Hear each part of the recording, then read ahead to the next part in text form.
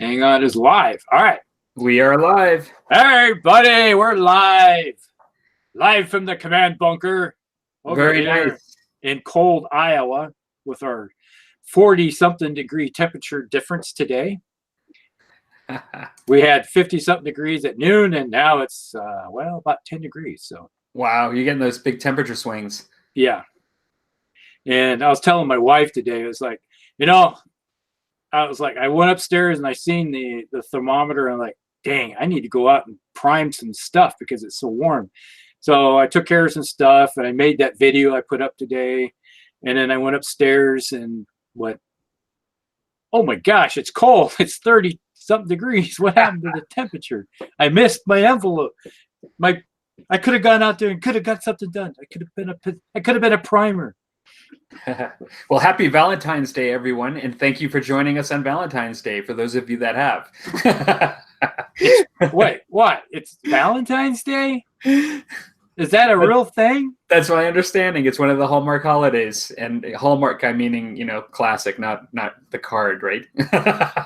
Oh, don't talk about Hallmark. It's that TV channel, the Hallmark channel. So yeah. I always complain. It's like my wife watches the Hallmark channel. It's like they're all the same. They just change the actor. Sometimes not even the actors and actresses. It's the same story, but in a different town. So on this special occasion, what is your musty drink tonight, Rusty? Well, I'm going to New England with some a Sam Adams IPA. New England IPA. Yes. And it didn't explode on you. Excellent. And it smells very good. Well, I did have some foam flying. Just a little bit. What do you have there up there? Well, the other thing, we're kind of celebrating because this is like a little bit of a kickoff of the show again. And like I'm in the new room. I don't think we've done the show since I've been in the new hobby room. You are actually now broadcasting from Earth, is what I was just telling Rusty before. Because if you've watched, our last show, it was almost like we were getting signals in from Mars. And so it's excellent to have you with us on the same planet. And I'm in the new hobby room.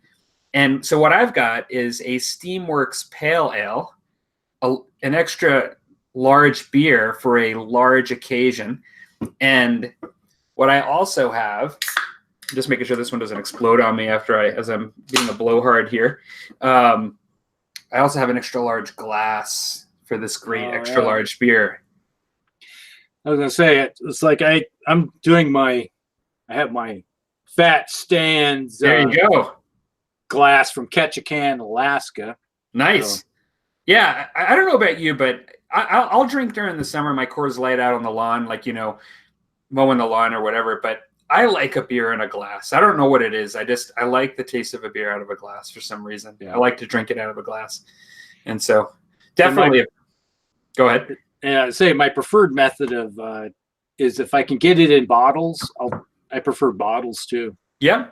And there's something about, I don't know what it is, but it seems like beer tastes better out of a bottle than it does a can. Yeah. Well, and a lot of people find that with the sort of aluminum taste. And I don't know how much of that is as you're putting your lips up to it or how much it affects it. But this could hold this, but it's actually just a little bit of foam on top. It's a nice color there.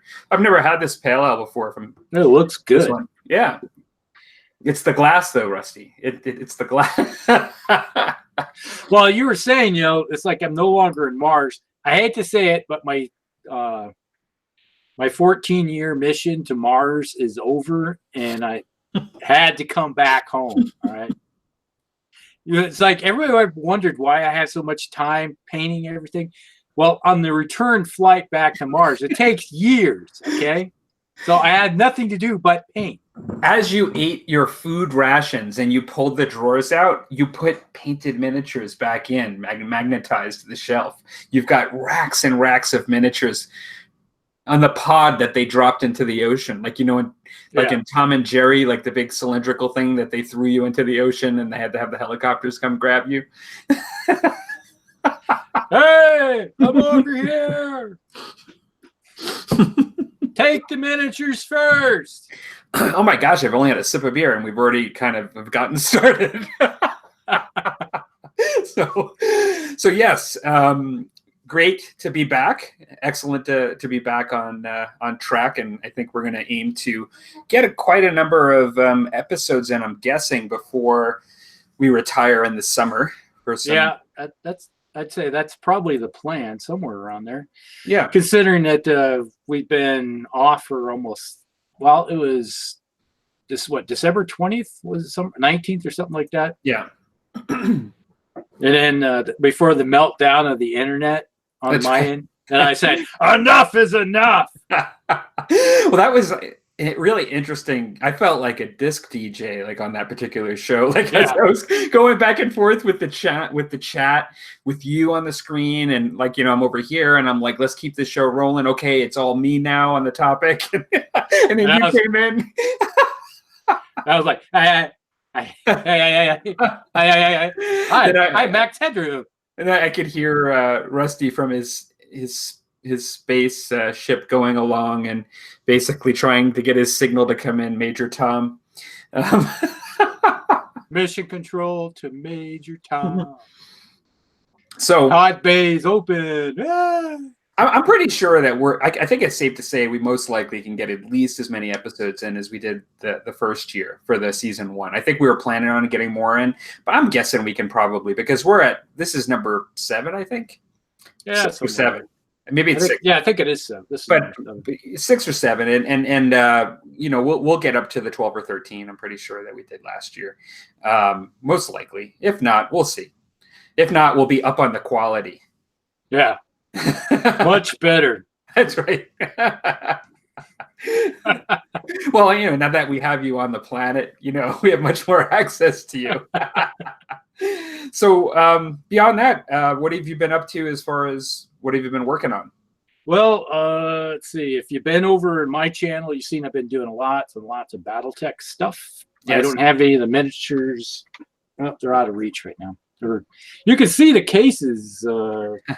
Cases and cases of, let's see, hold over here. Lots and lots of Battletech cases and books and stuff. The whole table behind me is nothing but Battletech right now. Yeah, you've got a ton. Yeah. It's like when people talk about, hey, I got 50 miniature Battletech miniatures, rookie. It seems like you have everything.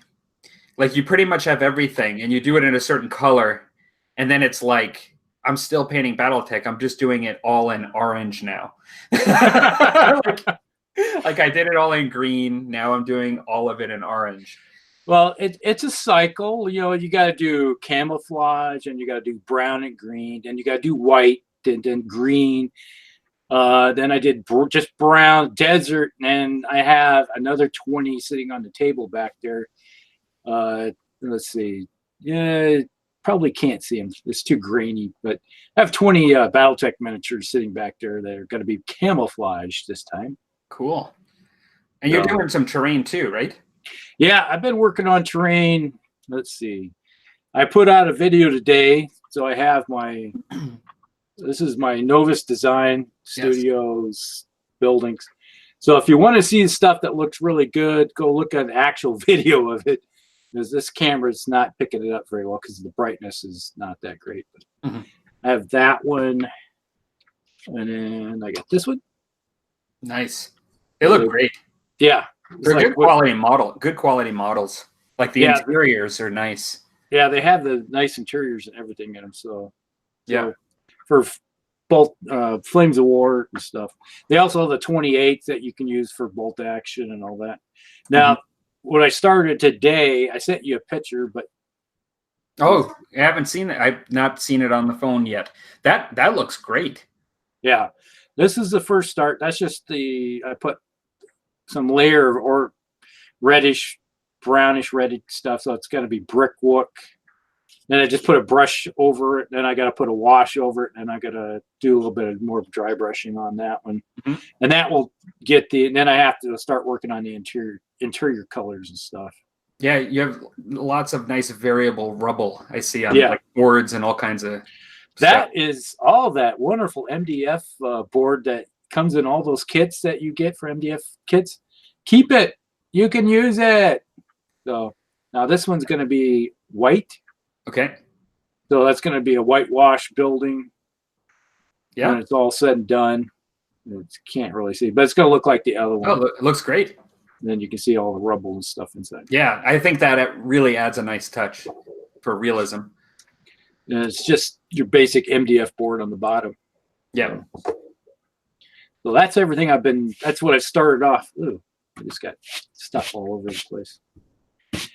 But yeah, that's what the plan is, to start working on it. 6 of those to work on, and I'll finish those probably this coming week or so. So 6 of those big kits, like yeah, that's a lot. You're not messing around. No. Yep. It's one of those things where I've decided I don't necessarily need more miniatures, and I've actually been thinking about downsizing the number of miniatures I have and cut back on those, and maybe selling some army stuff off. I'm thinking about getting, actually, they sound like heresy, but I'm thinking about getting rid of some of my 40K armies. I was actually, the plastics, I was actually thinking about that over the last couple of days too. Yeah. Honestly, I was because I would never get rid of my Rogue Trader medals, or any of my metal old stuff. But I don't know. What I've been thinking a lot about. This could be just another show. I mean, we should probably talk about this another time. But just the whole idea of the space thing, just how much longer can I go? How many more years before it starts caving in on me? The amount of stuff that I'm purchasing and painting up and just collecting. I don't know. I have to think about it, but. I'm really quite happy. It'll probably be a common thread in my discussion tonight, but I'm quite happy to be getting back into Infinity again, because I'm pulling an army out that I have on the display cabinet but not using. And so I'm really happy to be utilizing that stuff again. But there is so much that ends up, just kind of piling up. So, but as far as my side of things, my Scots I've just thrown up on the channel. I've got them packed away, but I'm going to be pulling them all out for a big display showcase tomorrow. So I finished. It's a unit and a half of warriors, because I didn't do the warriors unit by unit. I kind of took 3 units of warriors and did them in 2 painting sessions. So I have about 12 warriors with Macbeth that I've just finished painting, and so it was really nice to kick those out, because I've been. With my hobby room being down and not being that productive lately, I kind of was just getting the dust off, the not painting whole thing. And so just in a week kicking out, a little plus sized unit with Macbeth for Saga of Warriors was kind of nice. And, I've just been eyeing next projects and things, and I am looking at actually heading right into Infinity. I was going to do World of Twilight, and I'm still definitely going to do that. But unfortunately, with World of Twilight, I'm basically putting together a game for anybody that wants to join me. There's no obligation to do it faster, because it's kind of on my terms when I'm providing this game to friends to play. But with Infinity, I have, people that are jumping into it again. And so I want to actually work on it now, just because we're all playing it with our own stuff, and so I showed some of that stuff. And this is one of the guys that I really want to assemble up really soon. It's a tag. I've had this guy for a while. Actually, is the better picture is right there.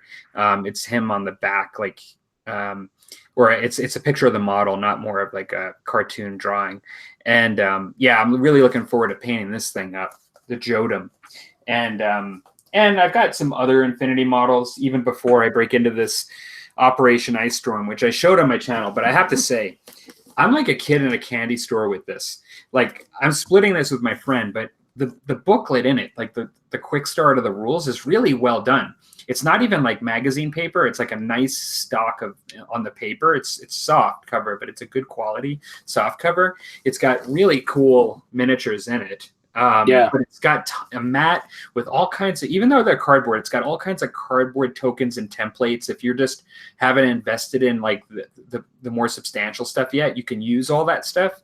And it's got, faction dice, for your a set of dice for each set of models in there, of cool Pano 20-sided dice. And honestly, I'm falling prey to the consumerism of this. I feel like after having one of these, I want another one.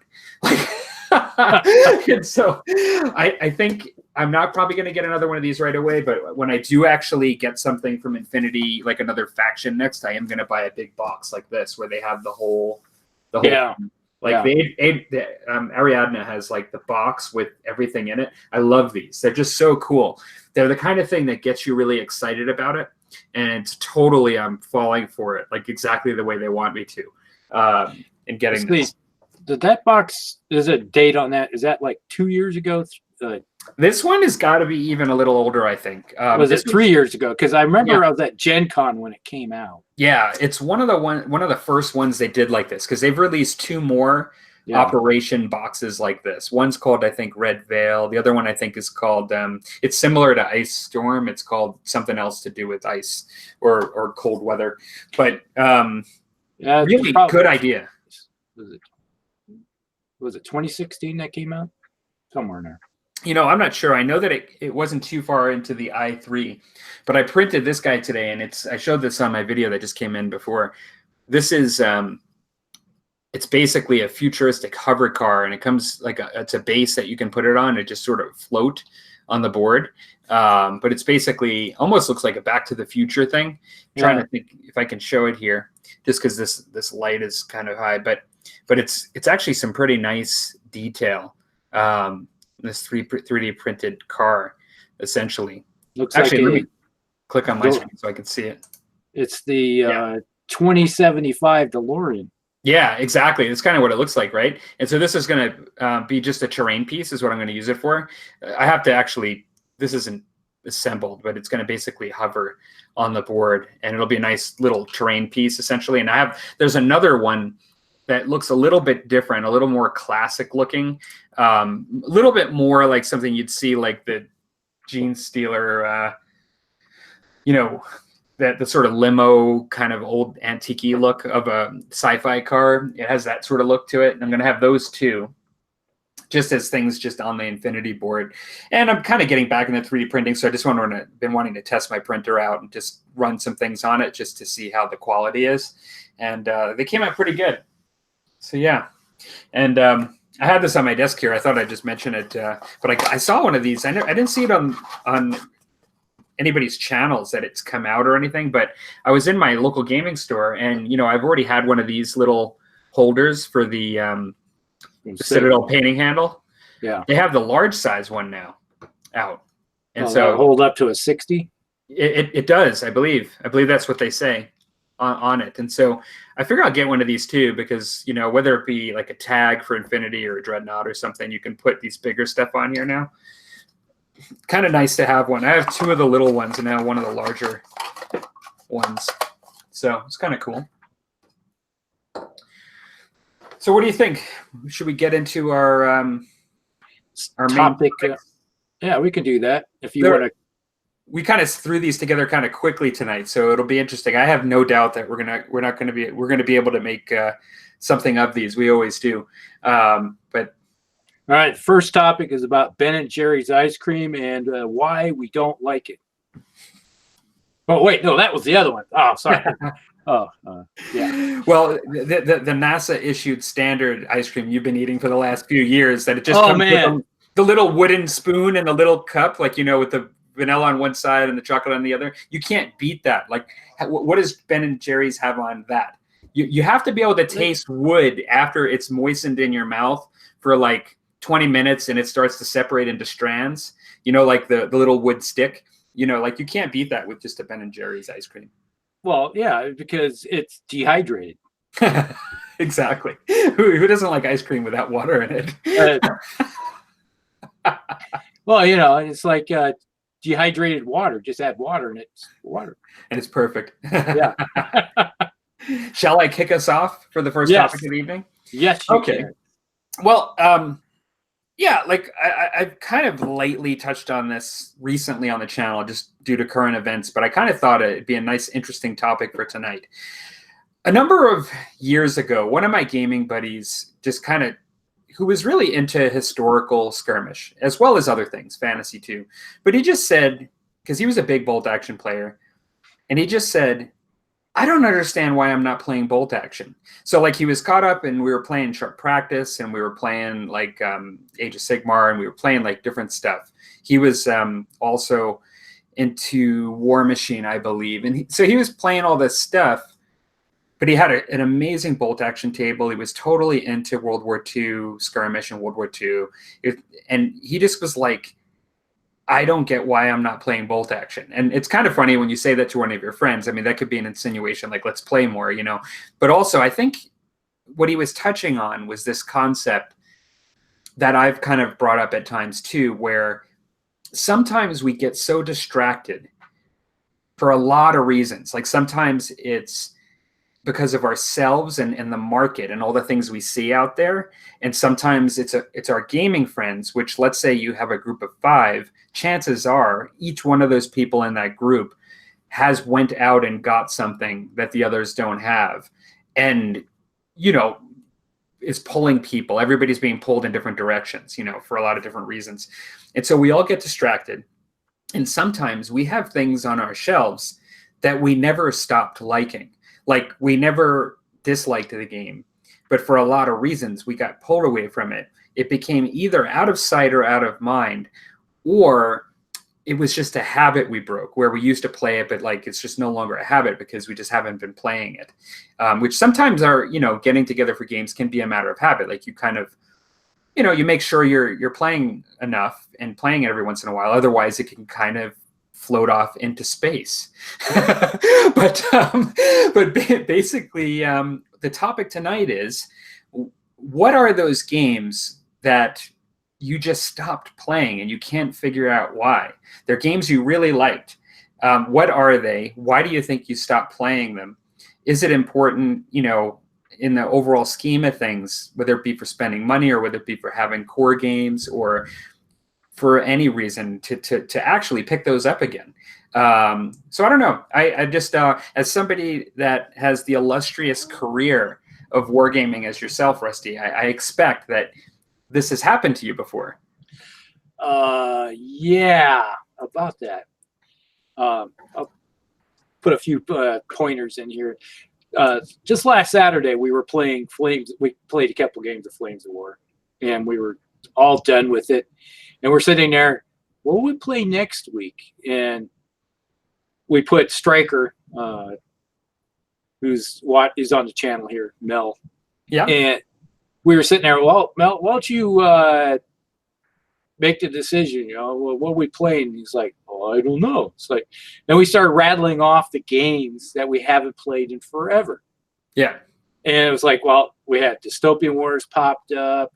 We talked about, it was like, well, one of the things was playing like American Civil War. We haven't played that forever and a day.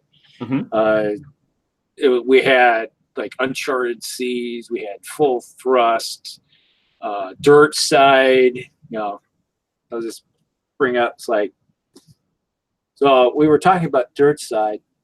We haven't played it in forever. We miss you. And let's see. Looks like brought out this one. Yeah. Johnny Reb. There we go. Heard of So that. if you're watching, Mel, I got version 3. And let's see. I don't know if the other guys have played this one, but Armies of Arcana. I've heard of that. Yeah. Yeah, it's a very interesting game. It's pretty simple. It's kind of like a beer and pretzel game, but with a little bit of, it's not bad. Been forever since we played that one. What else do I have here? Star Grunt. Okay. Star Grunt. Cool. We used to play the heck out of it. And it's like all these games were games that just like you're playing them, and all of a sudden you just go and start playing something different, and it just goes to the wayside, and you have no idea why did we stop playing that. So I imagine you have a few other ones that you'd like to talk about. Yeah, well, you know, and before I mention which ones that I would talk about, and I have one in particular that's just been the theme lately, but sometimes I think you stop something because you're looking for a change. Like you played it for a bit and you played you've squeezed all of the water out of that towel. Like you've wranged it, squeezed it to every drop it's come out. And then you're like, I kind of just want to do something different. But sometimes, but you see, that makes too much sense. Like that would make sense. Like you could switch to another game very easily and then just come back to it when you just kind of wanted to do something different again. Like just maybe you switch from sci-fi to like the Old West. And then like once you play that for a while, you go back and try it again.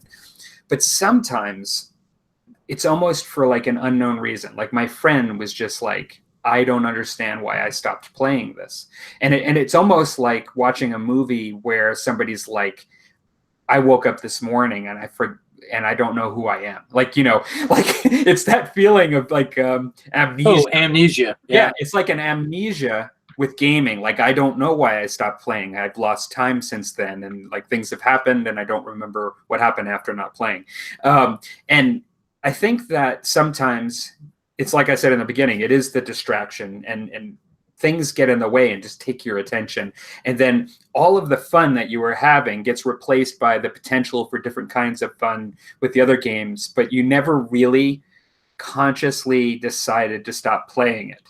Like, and then when the other thing may not even, oftentimes when you think back to one of these, it's better than the thing that followed it, because like a lot of times the next one just didn't last, or it's not as prominent on the scale. And then you're like, that was a waste, like we just stopped playing this and we don't even know why. And so I guess if I was to say ones that came off the top of my head, the first one I think of is Infinity. And the reason I mention that, and I've been talking about it, is that I really enjoyed Infinity. Now, although it had the steep learning curve and stuff, like I found that I was learning it pretty well. And I was talking to one of my buddies that I'm getting back into it again with, and I was like, I enjoyed our last game. I lost that game, and honestly, there was a really unfortunate situation in that one of my best characters, this was in version 2, and it was in a building where there was line of sight through like a window, and I got a cover save, but he actually ended up like taking one of my main guys out like very early on because of the way I positioned him. And he even brought it up. He was like, oh yeah, like I think we stopped, I think we stopped because you lost your guy right away. And I was like, no, I liked that game. Like we had a really good game that game. And so that wasn't the reason. And I think what happens is either your friend, like maybe your friend doesn't suggest it, or like another game comes up. But like I just can't, I don't, you almost don't have, maybe sometimes you want to play it, but like you don't feel like you have as many other folks to play it with, because the ones you were playing with are now talking to you about other things. So like every time you bring, like you're talking about gaming, they're bringing up something else now. And so it's always like making plans for something else or doing something else. And it just changes, it sets the tone differently. Like all of a sudden it drops off the map and the conversations change and it sits on your shelf. And then you're also looking at other things because of the market and this and that. And then it just ends up like going into this black hole of your gaming stuff.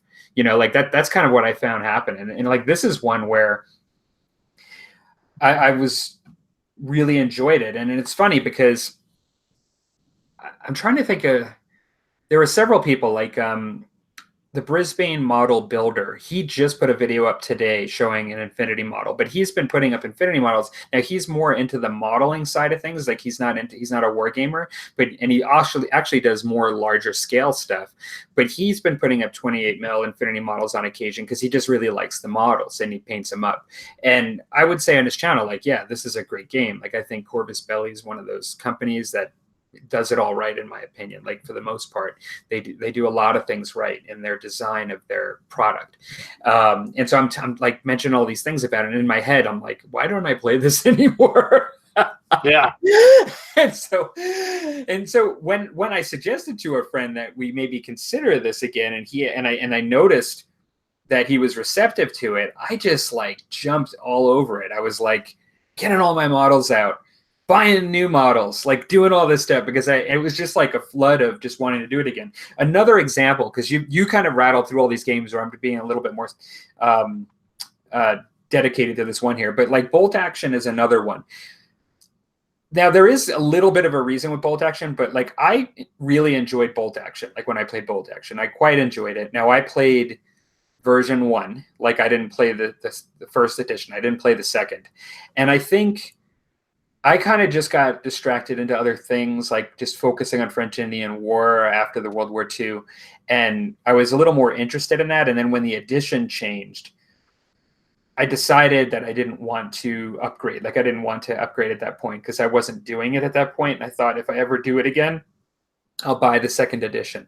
But it's one that I have all those models. I still have stuff to paint for it. I enjoy the World War II gaming. And I was kind of thinking I wouldn't even mind playing Chain of Command. But Bolt Action was always fun. And it's a little hazy as to why I stopped. I think that one, I have a little bit more, some reasons I can point to more so than Infinity, but it slightly falls in that category of like, oh, like, why did I do that kind of thing? There's other ones too, like Kill Team would be one. And I think for me, it applies. Like I enjoyed 40K Kill Team, but when I say Kill Team, most people that are watching are going to think of the recent Kill Team game that came out.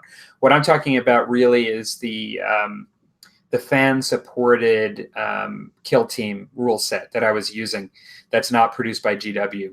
It's a bit of a broader, bigger kind of set of rules that was created by the fan base.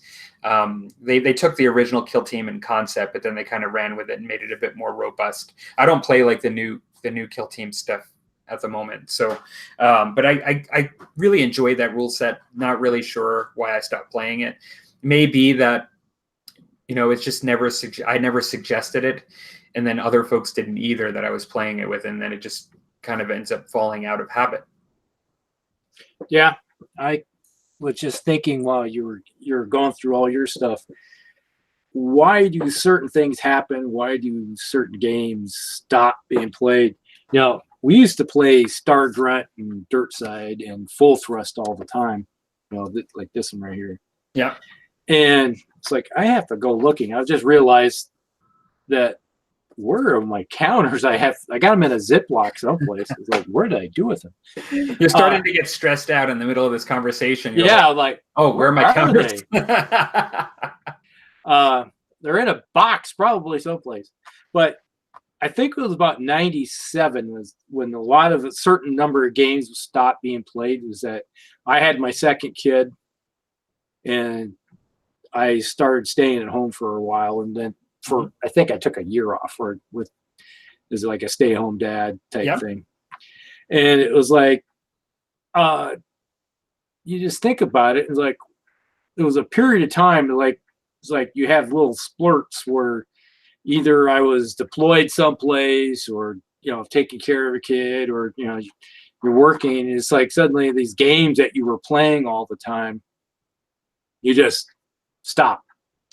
And you're like, why did that happen? And then you have other games, like you said, you're like, okay, yeah, we played the heck out of this. It's like another good one was like Dystopian Wars. We haven't played it in like 2 years. And I love that game. It's like if they wanted to play right now, I'd just like, let's go. Gotta go. And it's like, oh, we'll just move on. And then everybody started just, let's go play Flames of War. We'll go play this. Or we started playing a lot of Net Epic Gold, bringing that back up and again and again against us. Things like that started happening. And it's just, things do not get back into the rotation again. It's like you rotate through 2-3 different games. Like right now we're in a rotation of playing Flames of War, we play Frostgrave and Epic. It's kind of like that's our rotation right now. And this last weekend, like I said, we were just sitting around going, we need to start maybe playing some different games, add some more games into the rotation. And we started rattling off all the games that it was like the pile right there was like brought them. We were all talking. It's like, oh, about this game. We're like, oh yeah, we haven't played that one forever. And so everybody's getting excited again about breaking the old games back out. Yeah. And I think it's like, there's part of that is the nostalgia. You think about how much you enjoyed playing things over the years, and then you stop and you don't know why you stopped or just got tired of it. that might have been, and then just let's put it away, and then you just never come back to it. And it's like the good old days mentality. Yeah. Oh, it was all great, the good old days. You know, it was like a million ways to die in the West. You know, the West was great. You know. Well, and that's interesting because the one thing you brought up that from a behavioral perspective, when you brought up the fact that when your second son was born, how your life changed a bit, and so you obviously stopped, but then there was such a gap of time that even when you thought about maybe starting again, it may not have been under the pretext of playing that game anymore, and that was long gone. It was like some other opportunity came up where you were considering playing a game with a friend like a year later or something like that. And so it's sort of, for me, it goes back to that habit thing. Like you break the habit, like, and I don't mean the habit in a bad way, but like you break a routine, like, you know, a habit of doing something, and you can very much just erase it almost, you know, as part of that process. And so it's kind of interesting. Like, you know, like there was a good reason why you stopped, and then there was a big period of time, and then likely it wasn't to do that when the next opportunity came. It was like a different kind of opportunity that came up, you know, just to play something else. Yeah, definitely. It was like, I was just thinking another game. I used to play a lot of Magic the Gathering. Mm-hmm. Yeah, because I started off when it first came out, you know, like with Alpha. We have a technical difficulty here. Something's happened on the show. Mission Control. Somebody's mentioned Magic the Gathering. I'm just kidding. Okay, I'm sorry. Go ahead. Yeah, how about that? So yeah, that was another game where I used to play a lot of, you know, from the very get-go. And then about the same time that my daughter was born in 97 was that quit playing that, because you could go out, the type of thing, to go to the shop, and people would have to come here to play. And so it's like, then like, oh, wait a second, I go take care of the kid real quick, you know. And then it's like people are, yeah, that's like, I don't got any kids. Why? It's like that type of deal. So it's like that was about the only way you could get anything done, was that people had to come to you, and they get tired of coming, and that type of deal. So yeah. Well, yeah. So I think it's interesting. Like, you know, it's just some of this stuff we talk about may seem at the surface level, you know, or even at any level to some folks as common sense, you know, but at the end of the day, it's a little perplexing. Like, you know, in that these are expensive games. Like, you know, like some people might just look at this as like a video game or something where you just go out and spend $60 on it and then play it for a while. And really you earn your money a million times over with the amount of hours that you spend on the video game. You could throw it in a drawer, never do anything with it again, and it doesn't owe you anything. But yeah, these games cost a lot more than a video game. And I'm not even talking about the money. Like when it comes to the time invested, like we talk about this on the channel, the time painting, the time reading the rules, but you don't even like totally learn the rules just from reading the rules. Then you have to learn the rules, like, and play the games and get it down, the terrain, everything. And then the fact that you have so many of these, and then some of them that you really like just sort of disappear, like, and, you know, and you wonder why you ever stopped playing it, you know, or whatever. I thought it was an interesting phenomenon. I'm sure that there are other people that can relate. I was checking into the comments, and we don't have any comments today so far. I know that we were in a little bit of a, we're just back after a little while. So we don't have anybody that's on, well, if there is anybody that's on live, they're not commenting at the moment, but yeah, I was just checking in. But so, yeah, I don't know. Do you have any sort of last thoughts on that one, Rusty, before we get into our next topic? Yeah, it's one of those things where, you know, you get involved with stuff and you just don't know where it went wrong. Yeah. So, and it's like the number of, like you said, you hit the nail on the head. The amount of time, the amount of money, and just you put into one of these games. It's like, here, what I mentioned earlier, was thinking about getting rid of like my Tau army. I've already put in the idea of trading away my Tyranid stuff, get rid of that. possibly for some war or Warma Horde stuff, and maybe some Infinity miniature. Maybe. Yeah, I didn't think you had Infinity. Oh no, you mean to get them? To get them? Yeah, to get like trading stuff. Are you going to trade out? You're going to trade away your Forge World Mechanicum stuff? No. No. No. You're like, no, I don't think so. I don't think so, Tim. All that stuff you said about the game stuff, no, those are staying. No, there's a lot of stuff that it's like you got Space Wolves that will probably never get played. Probably going to get rid of that.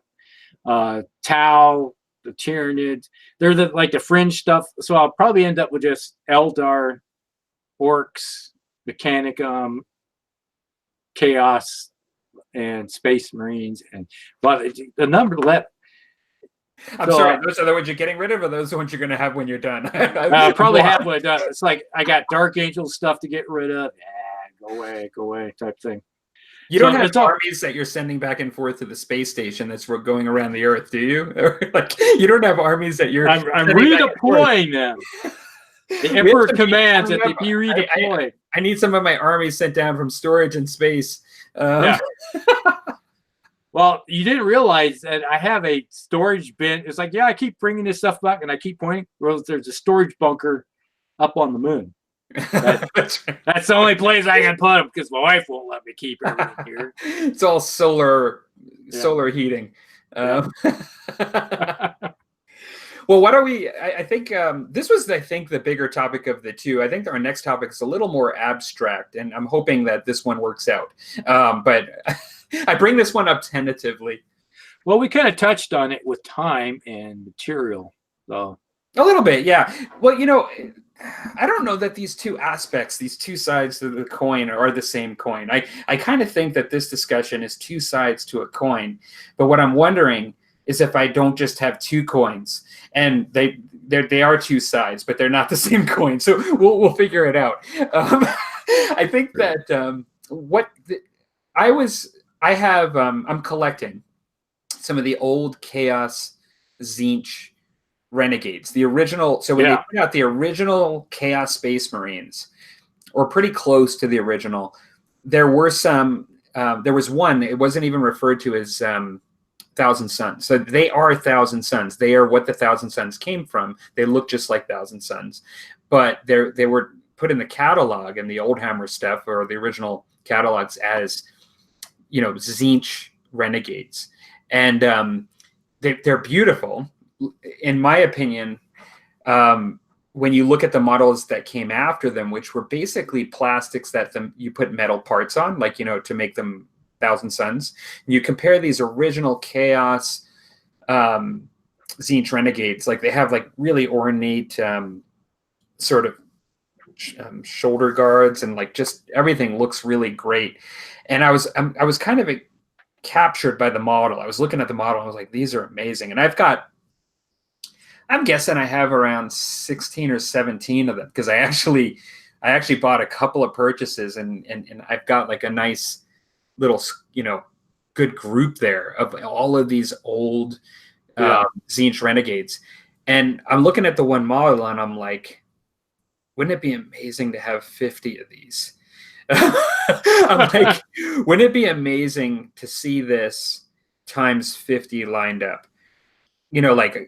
Now, when it comes to these, I guess the hordes where you have different kinds of models and they look great in a horde, it applies too. But when you think of static pose at attention models, whether it be French Indian War, where they're like basically all holding their rifle marching, or whether it be like a Thousand Suns, sort of Space Marine, just in a fixed position, they're easy to imagine and to like in big groups because they're almost sculpted that way. Like they're sculpted to be in a regiment. And so I can see the appeal, but I was still kind of fascinated how I can look at one model and be kind of fascinated by it because we like our miniatures, right? Like that's what we do. We enjoy our miniatures. But then sometimes I just want to see them in really large numbers. There's like a different effect all of a sudden that you can sometimes just like a miniature, even if you don't like it individually amazingly well, like you can really be attracted to the big regiment, the battalion, like we like to see that there's an appeal. And so I kind of thought, what is that all about? Like,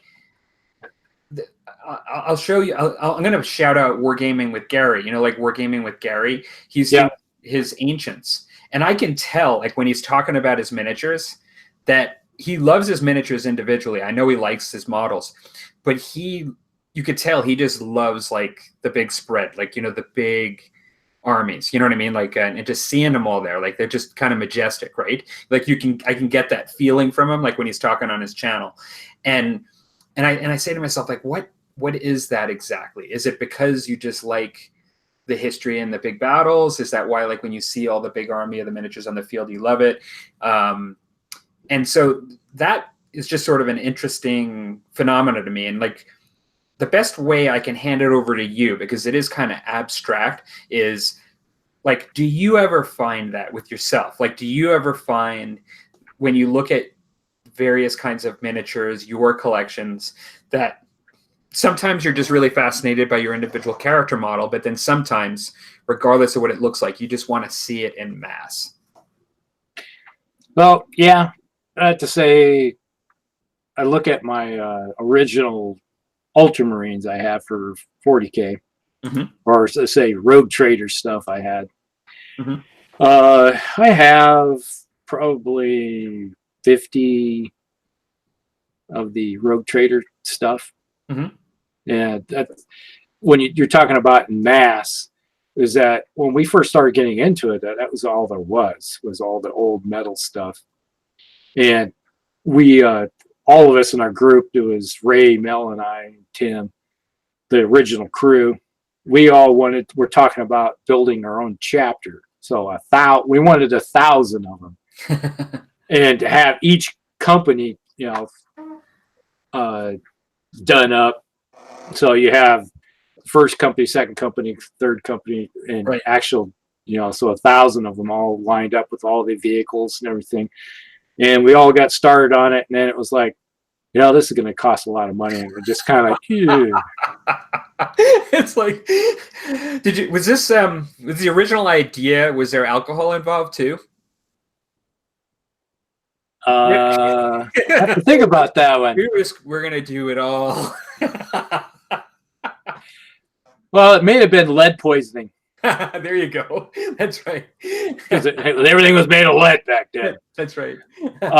So yeah, it was one of those things where it looks I guess it's been a while since I broke everything out. There was one day I had them all sitting out, and it was like looking at them and go like, man, that's a lot of old Rogue Trader jump troops, like with the old backpacks and stuff, you know. And it's like, that's cool. I wish they make them now, you know, the old Forge World stuff but it's all resin or plastic, and it just doesn't have that heft and feel of the old look they used to have. Yeah. And I was talking with another one of my friends, and he was, you know, like, what do you have for Space Wolf? So I got some old Space Wolf stuff, you know, some of them are metal. And I don't want any metal stuff. I'm like, yeah, what's the old metal? You know, it's like, I don't want anything. It's like, I just want the new plastic. That stuff, the old stuff's crap. I'm like, okay. if you insist, you know, it's like, everything. I'll trade you new plastics for all those old metals. If you want to get mini by mini, you give me 20 original, even original Space Wolves in metal, and I'll give you 20 plastic ones. Yeah, it's like if you want to see an old, Tim, he's on here, which is Mel's brother. He has Space Wolves, and his entire army is the old Space Wolves.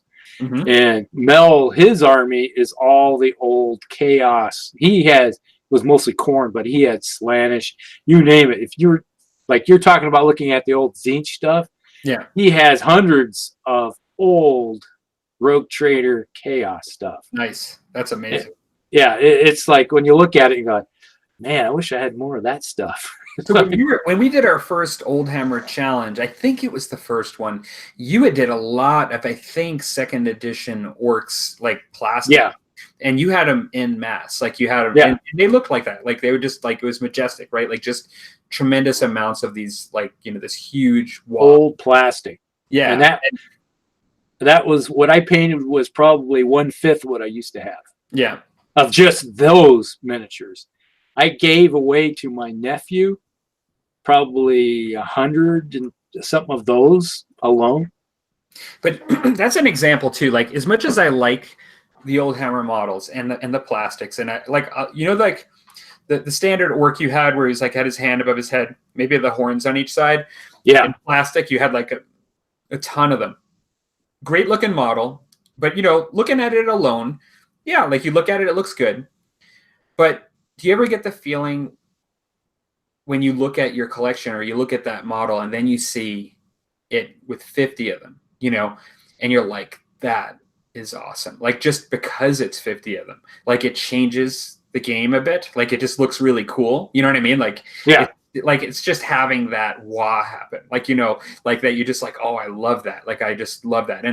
Or it could be like having like, for me, it could be like having 50 Beastmen roll up that are Bestigors. You know what I mean? Like, and just like as much as I like the Beastmen model, seeing them all like that huge block going forward, it's a totally different thing. It's like I'm not even looking at the individual model. I'm not looking at the tree. I'm seeing the forest. Like when you see the forest, it looks different than the tree. They each have their own appeal. Like looking at a forest, you can like to look at a tree because you like trees, but you look at the forest and it's from like a helicopter, and it's like a totally different thing you're looking at. And so that it's the same thing here, in that you can like the look of the individual model, but when you get to see the battalion rolling up, like it's like it creates a different emotional effect of like liking it. And that's kind of the abstract kind of concept I was kind of touching on. Yeah, that's definitely when you're saying it that way. It's like you're looking at the from the scenic overlook, is you're leaning against the one tree that there, but you're looking over the valley and you're just seeing, it's like, well, you see the water running through and everything.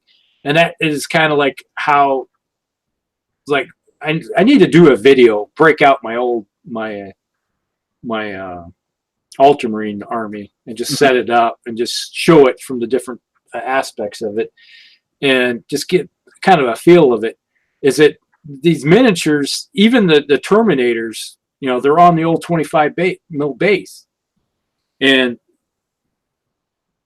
when you have a bunch of them, you got like say 30 Terminators sitting on just little bases, and they look so small. But when you think about it, back in the day, you have to in old terms, that Terminator was still big compared to the other Marines in the and it's like there's something, like you said, there's something about it that just like that is old Hammer. Yeah.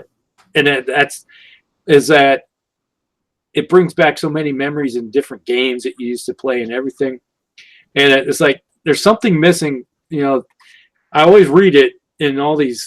You'd be watching a video or somebody had some old, some other stuff like, wow, that's just so ugly. That's just makes no sense. Why do you use that anymore? It's like, because it's history. It's a piece of history. It's I don't know how to explain it. Is that it brings out the nostalgia, the majestic grandeur of the old game. Yeah. And back when I would play, that was a huge army. It's like I had probably like 2-3 times as many miniatures you need today. It's like now I bring that out and it might actually be a decent force, but comparatively, but back then it was massive, considering how much everything's changed since then. And I agree with everything you said, but I also think that the topic we're touching on here doesn't just really, it's not really limited just to Old Hammer. This idea of liking regiments versus individual models.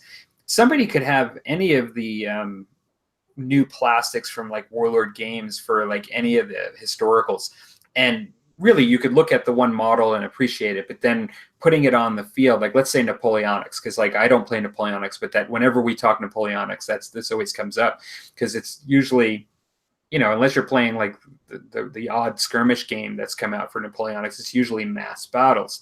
And I think like that group of people that appreciate those games oftentimes are really attracted to the big landscape with the huge regiments that are Yeah. the battalions, right? And as much as you like they paint their models beautifully, and any one of them you can look at and you know, really appreciate. But it's seeing like do you know Pancake Painty Payne's channel, like that does I've seen him around. So I've been following his channel for a long time, and he's done some great little bat reps that I've watched for like Black Powder.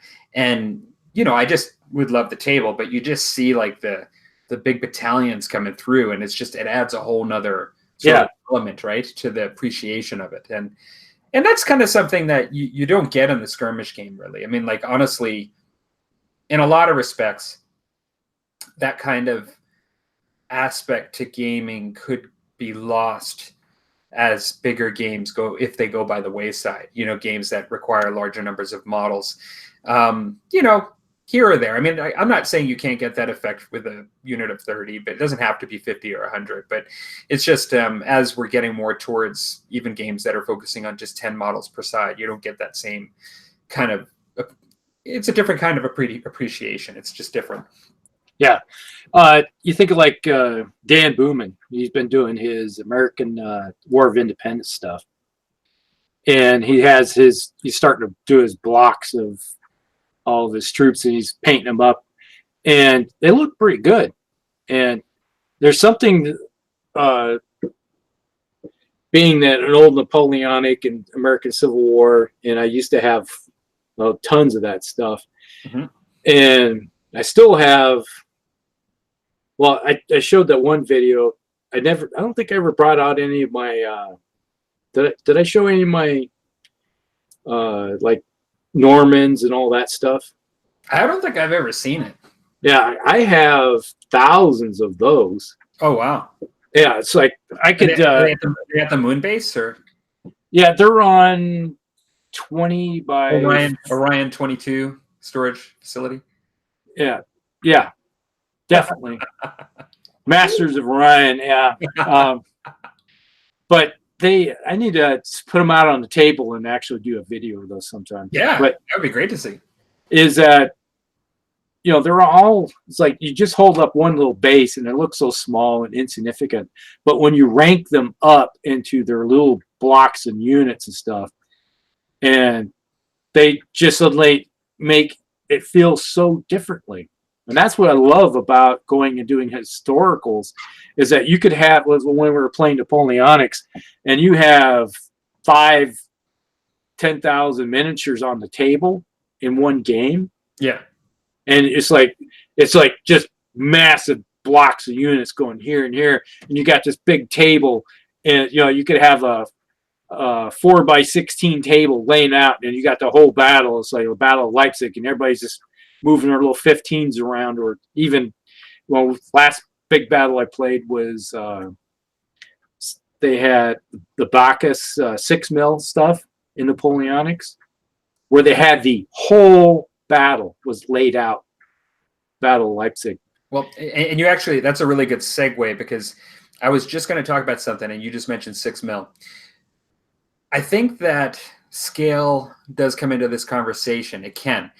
It doesn't have to, but if you actually have the two extremes of like appreciating the individual model versus appreciating the mass battalions, you could argue that the 50mm or 78mm artistic miniatures that are like this big, definitely, like, you're appreciating the single figure.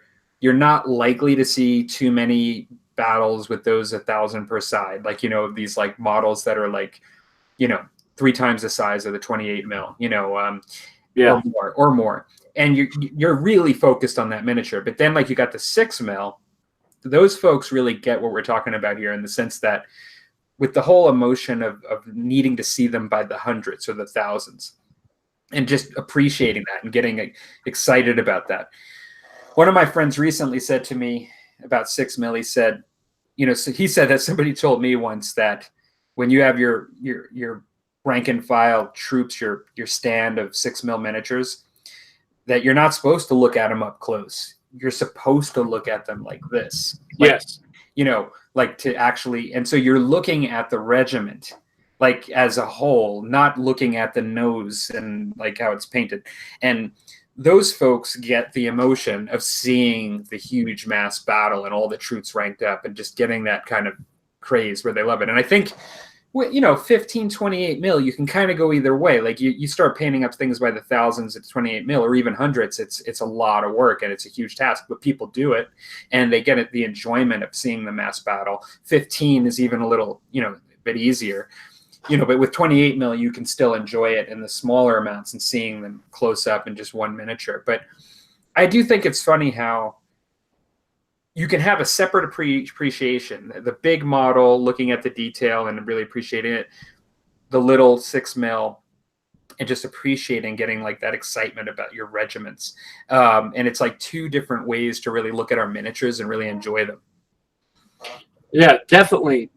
When you look at it, and the different scales, that's where I've kind of, it gets lost in some way. Like when you look at a 28 mil Napoleonic or American Civil War or American War of Independence or 7 Years War, however it may be, is that a block, you know, you're looking at a unit maybe this big.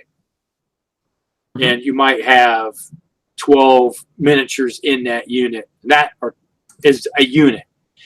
And then you have 15 mils where you could have 100 or more as a unit.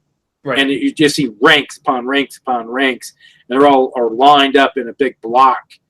And then you look at a 6 mil and you got a unit, a whole company might be that big. You know? Right. But you have companies and companies and companies of it. Yeah. And a comment in, not to interrupt you, Rusty, sorry, but Lloyd Nito has just jumped in and said hello and said that regarding in conversation about 6 mil, he says that there's a bit of a Battletech fervor that's been in his gaming community over the last few weeks. Oh yeah, definitely. That's with 6 mil. Yeah, and that's one thing that's to kind of answer that was that I've said it before. Is I got into Epic 40K because of Battletech, because I wanted infantry to go with my Battletech miniatures. Right. So that's where I started pulling all of my infantry stands. Was like, oh, they went great over there, and then it's like then you get hooked on another game system too. So. Well, and it's funny. I like in playing Epic and stuff. I've enjoyed Epic, and I enjoy seeing. It's funny because it's called Epic, and you use the word epic a lot to describe it, or I do. You can see your little city over there being bombarded, right? Like by mass amounts of troops. And you get that kind of feeling, right? Even though I'm not marveling at one model and saying like, that's an amazing model. Like, you know, we see our Titans and things and they look cool, but it's more that campaign that's happening under your eyes that you see more than you would in standard 40K. Like you're literally seeing a siege of a city happening, like, you know, like stuff like that, you know, and it's just a different kind of feel. Now that's one thing is that with the smaller scales, which I just love, is that you can do larger campaigns. It's like the miniatures are so small and you can do larger battles. Which is totally missed when you're playing at the 28 mil size, is that you're doing a 28. Let's say take bolt action for example. You're dealing with a platoon of infantry. That's it. You're playing a platoon, fighting another platoon, and then if you go into 15, you're going company going against company, or you could maybe a battalion if you have enough space to play on, and then if you go into 6 mil. You have battalions of stuff just going at it, or even divisions going at it. And there's something about it is that you can see it's like the smaller the scale, the bigger the scope gets. Where you're looking at it's like, actually, I can see this entire battle, how it's maneuvering around and able to do stuff. And it's like you actually feel like you're a commander of Rook. Instead of being a platoon commander, you actually feel like you're the corps commander. It's like go here, go there, do this, do that, giving you orders. Mm-hmm. And it's like when you play nothing but the bigger miniatures, you're missing something there. Yeah, I feel is that you don't get with the smaller stuff. I agree. So I think that's related to what we're talking about and that emotion you get in seeing the larger regiments versus individual miniatures. Lloyd just mentioned, it sounds like we should come to game at Siege of Augusta. And so I've not heard of that, but I'm also way, way on the other side. If Augusta's Augusta, Georgia, which I suspect it might be, I am up in Canada on the western side. So that would be closer to you, but still not really close, right, Rusty? Yeah, they're looking at, 18-hour drive? Yeah. For me. Yeah. And you have, you're 12 or 15 hours away, aren't you? I have no idea how long it would take to get to you there, but I know... I wouldn't even know, to be honest, at this point. I drove straight through from North Carolina when I moved here.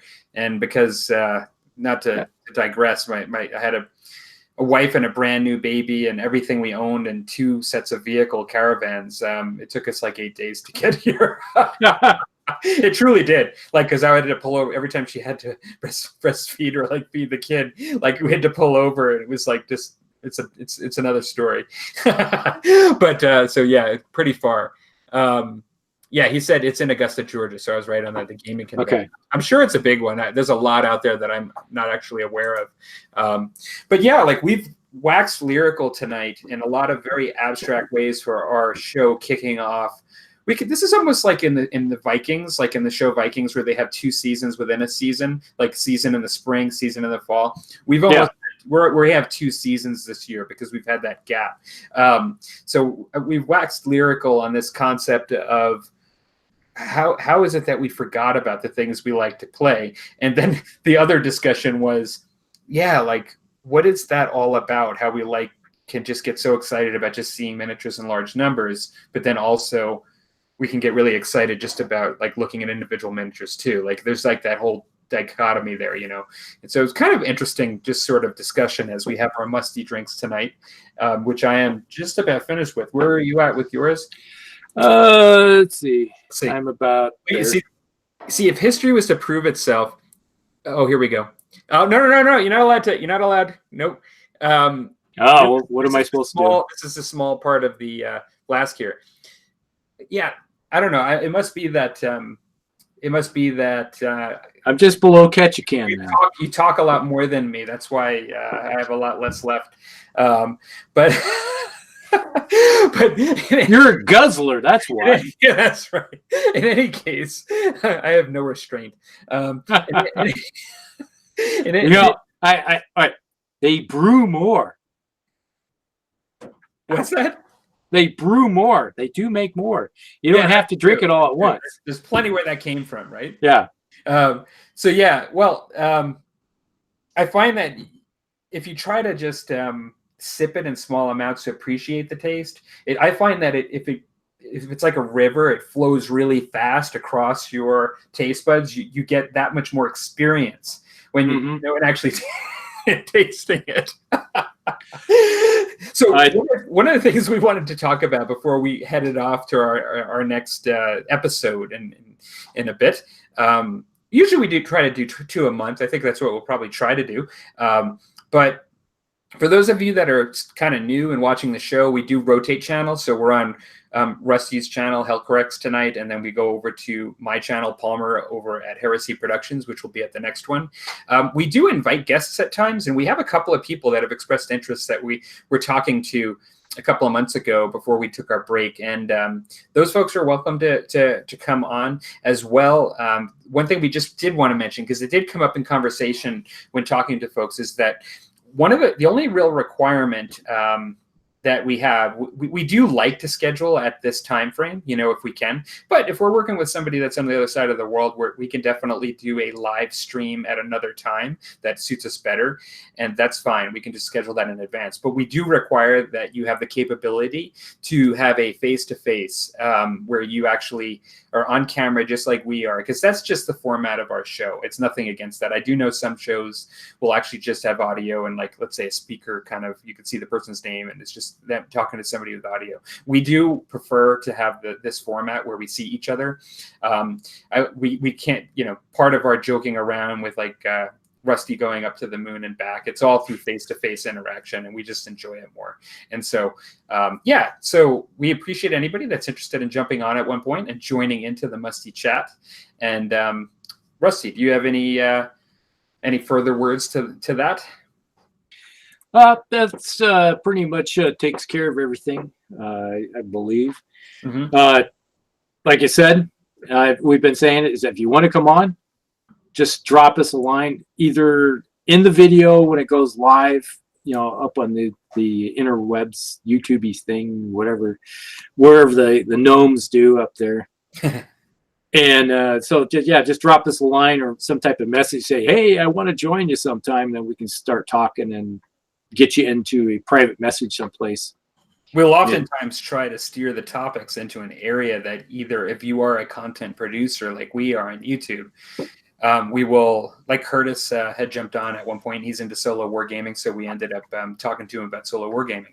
And we will try to do that, where we'll talk about stuff that you're interested in, whether you have a channel or not on YouTube. And we'll try to work that in somehow. Otherwise, we'll have one of our series of topics that you can join in as well as somebody that's, I'm assuming, interested in wargaming. Yeah. So a good example is that we had topic one time was where Dan Booman was asking about how to get started in the whole YouTube thing. We went in and had a whole topic on how to do it and what to use. And well, guess what? Dan's on. That's right. That's right. It worked. It was the deciding factor. Yeah. All right. And it's like, oh yeah, another thing is, if you do come on, the musty beverage of the night is not necessary, but right. It tastes good. So, well, we will not fault you for joining in with us, but water is just as good. No problem. Doesn't really matter. Tea or coffee or however you want to. Doesn't matter at all. Yeah. So. Mm-hmm. Oh, you're done. Yeah. I'm going to have to go get another one of these. There we go. We're doing our next show right after this, just so you know. Just kidding. Yeah. All right, everybody. So thank you very much for joining us. And I think we should be, put this one into the books. All right. So we'll be saying sayonara, and we'll kick out of here out of the command bunker tonight. And thanks for joining us. The old fun and games here. And we'll talk to you again on Palmer's channel in 2 weeks, which is what, the 28th? No idea, but that sounds right. Well, 14 days plus right. 14 plus 14 is 2A. That's right. And it'll be Thursday. Yeah. Sure. Yeah. There you go. Thursdays from now. All right. And all right, guys. Talk to you later, everybody. All right. Night.